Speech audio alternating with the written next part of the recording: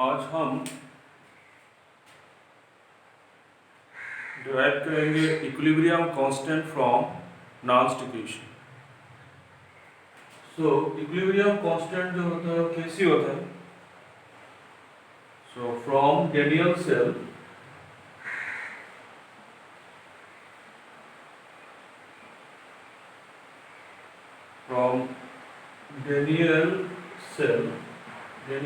से हमको क्या मिलता है?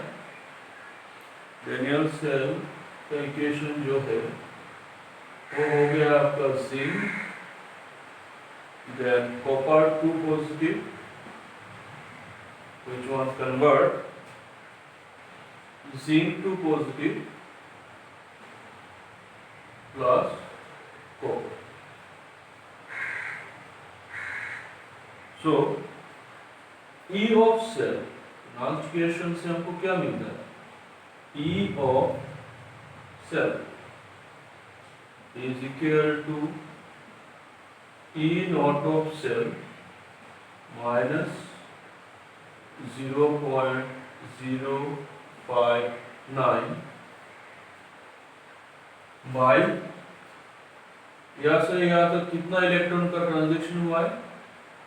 0 से लेके 2, मतलब 2 इलेक्ट्रॉन का ट्रांजैक्शन हो रहा है, तो you have to write 2 there. तो इसके बाद हम लिख देंगे law product of product by product of reactant. Actually आप लोगों का केसी जो होता है, इसके लिए अगर हम केसी लिख दें तो इन दोनों का प्रोडक्ट होगा। तो इन दोनों के प्रोडक्ट में आपको जिंक बैठाना है और इसमें कॉपर लेना है। तो नीचे में आ गया आपका कॉपर डाइपॉजिटिव और एक में आ गया आपका जिंक।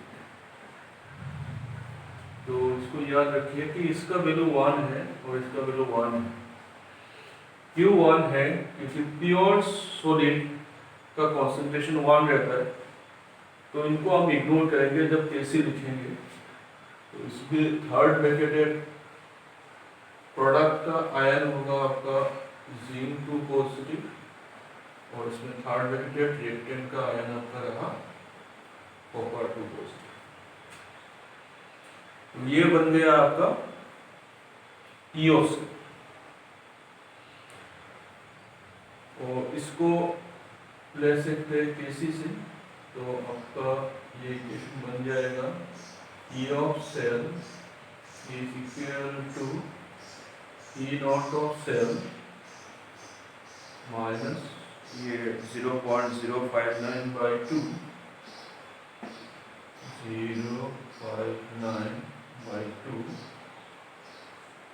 log केसी। इसको रिप्लेस कर रहे हैं केसी इक्विलिब्रियम कांस्टेंट। तो क्या होता है जब इक्विलिब्रियम हो जाता है तो rate of forward reaction is equal to rate of backward reaction. तो इक्विलिब्रियम स्टेज में क्या होता है? आपका रेट ऑफ फॉरवर्ड और रेट ऑफ बैकवर्ड इक्वल हो जाता है। तो at that point actually if right part reaction left part reaction equal, then at equilibrium आपका E ऑफ सेल जो रहेगा वो 0 हो जाएगा। तो at equilibrium means now in the backward forward reaction means reaction in the anode and cathode become equal, then E of cell become 0। तो आपका रहेगा E of cell is equal to 0। अगर आप बैठा देते E of cell equal to 0 तो क्या बचेगा हमारा? E naught of cell equal to this one। तो E naught of cell is equal to 0.059 by 2 log KC.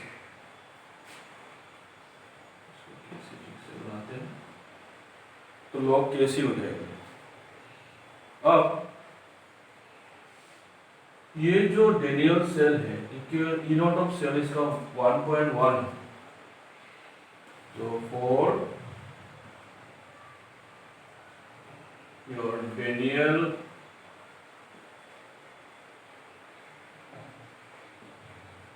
Cell E naught of cell हमने न्यूमेरिकल ए पे किया हुआ है तो इसका 1.1 रहता है और radial cell E naught of cell equal to 1.1 watt. तो अगर हम इसमें 1.1 वॉट डाल देते हैं तो केसी का वैल्यू क्या होगा? तो इसमें रहेगा आपका log केसी, इसका वैल्यू कितना है 1.1। ये जो उस तरफ जाएगा प्लट के जाएगा so that will be into 2 divided by 0.059. This equal to we have this equal to your 37.28.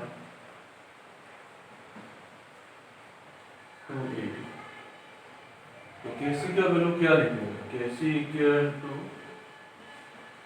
Log को उस तरफ ले जाएंगे तो उसका बनेगा एंटी लॉग,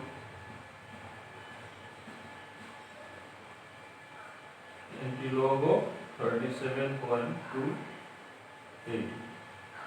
तो अगर एंटी लॉग ऑफ 37.288 निकालते हैं, एंटी लॉग में क्या होता है कि ये वाला जो है पॉइंट के आगे वाला हिस्सा 10 टू द पावर चला जाएगा तो इसको 10 टू द पावर 37 इसको नोट कर लीजिए, ये 37 आ जाएगा।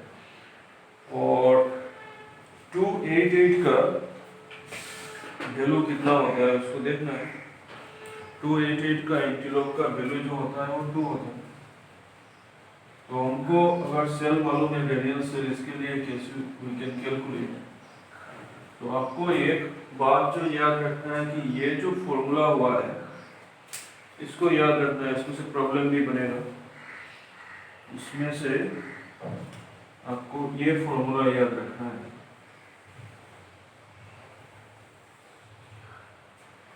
सो हमने ये सीखा, इससे ये फॉर्मूला चाहिए इंपॉर्टेंट, तो इसको आप याद रखो।